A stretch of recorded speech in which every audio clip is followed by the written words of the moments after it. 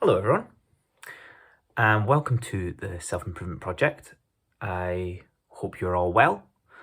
I hope you are enjoying the journey of self-improvement at the moment. I've recently been doing a lot of thinking about self-improvement, and I actually think self-improvement is more of a dance. But maybe that's for another time. Rather than a journey or a destination or a process, it's just a dance. Just a dance. Anyway, on top of you guys all feeling well, I hope you are doing things to look after yourself over this winter period. It can sometimes be a bit tough to feel upbeat, whether it be the environment that you're in, just the mood that I feel maybe is the weather influences. So I hope you're doing things to feel good. I once did an episode on the hygge, which is Danish for feeling good during cold, wintry days. If you have been enjoying the episodes, please feel free to sign up to my email list. I send out a nice Sunday morning email every week, intended to be enjoyed with a warm cup of coffee and a peaceful mind. So if you fancy that, might be a good way to start 2022. And anyway, let's get on with the show. Today's episode is called Don't Look Back in Anger. And no, I am not going to sing the Oasis song for you.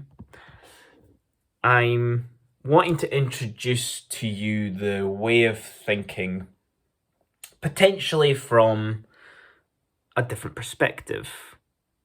Instead of looking forwards, we start by looking backwards.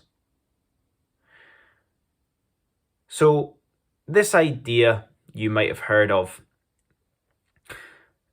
It's sometimes called regret minimization, which I believe the viral video that has been associated with this was through Jeff Bezos, or the term inversion, which I believe I saw from Shane Parrish.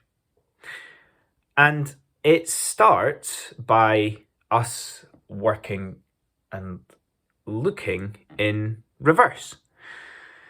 So right now, thinking about the next year, you are probably thinking ahead what you want to achieve. A week or 2 weeks ago, I did something about, looking ahead, but also looking back at the last year. So it's maybe a wee bit similar to that, except on steroids. So I want you to take yourself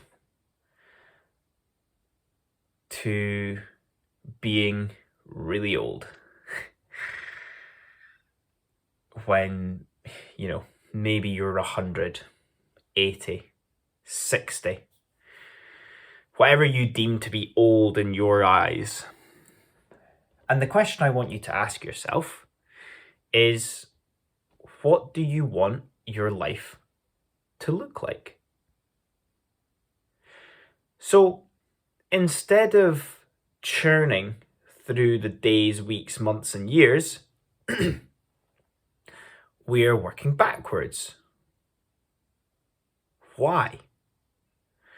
When we're programmed to plan ahead, I'm encouraging you to plan backwards. And one of the reasons I really like this idea is not just because it's novel, but it provokes positive action in a slightly different way. It provokes action in a more urgent sense. When sometimes when you're planning ahead, you can procrastinate and delay. You can find any excuse under the sun to not do it.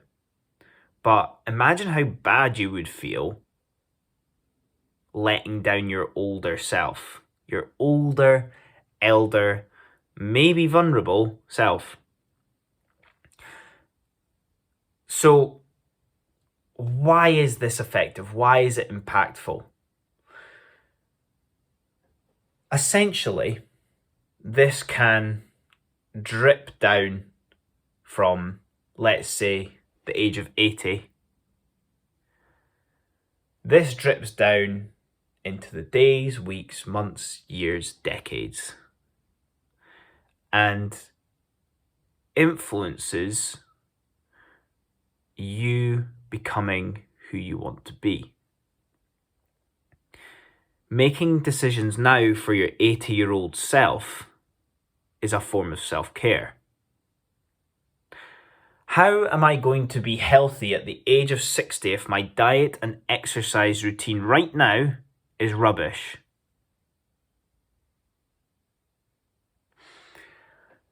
I feel that I'm going to be turning 30 soon, so I feel like it's maybe going to be a bit of the same. But work, careers, time spent in jobs can be very distracting.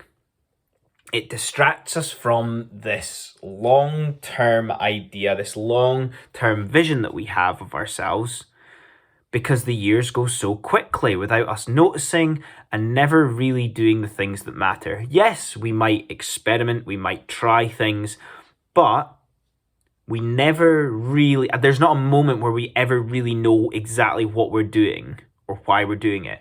But imagine you could teleport yourself to being 60 years old and ask your 60-year-old self, did I do the things in my 20s, 30s, 40s, 50s that help me today?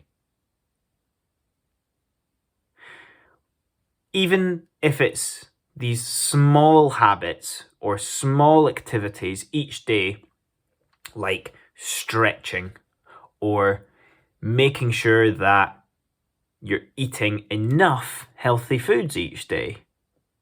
It may sound really simple, but it's important to have this perspective of, am I allowing myself to not separate my life between having peak years and years where I maybe don't feel so good?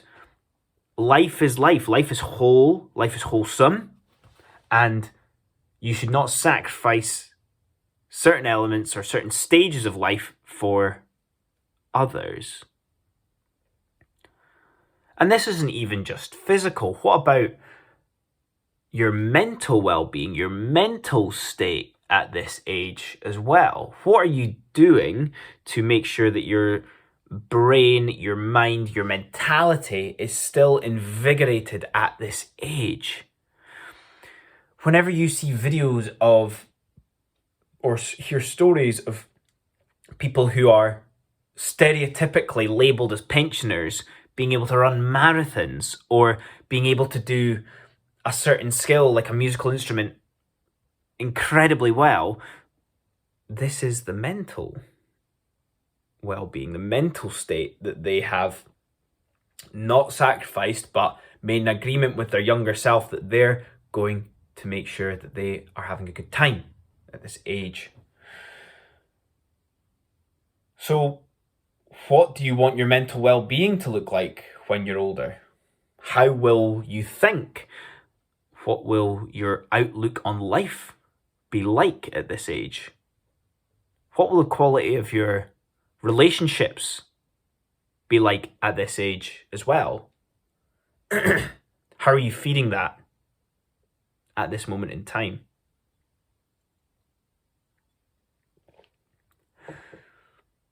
I think ultimately what I'm getting you guys to ask yourselves is, will I be proud of the person I am when I'm older? Will I be proud of the decisions I made and stood by when I was younger to benefit my older self? Do I have peace of mind that I made the correct sacrifices and decisions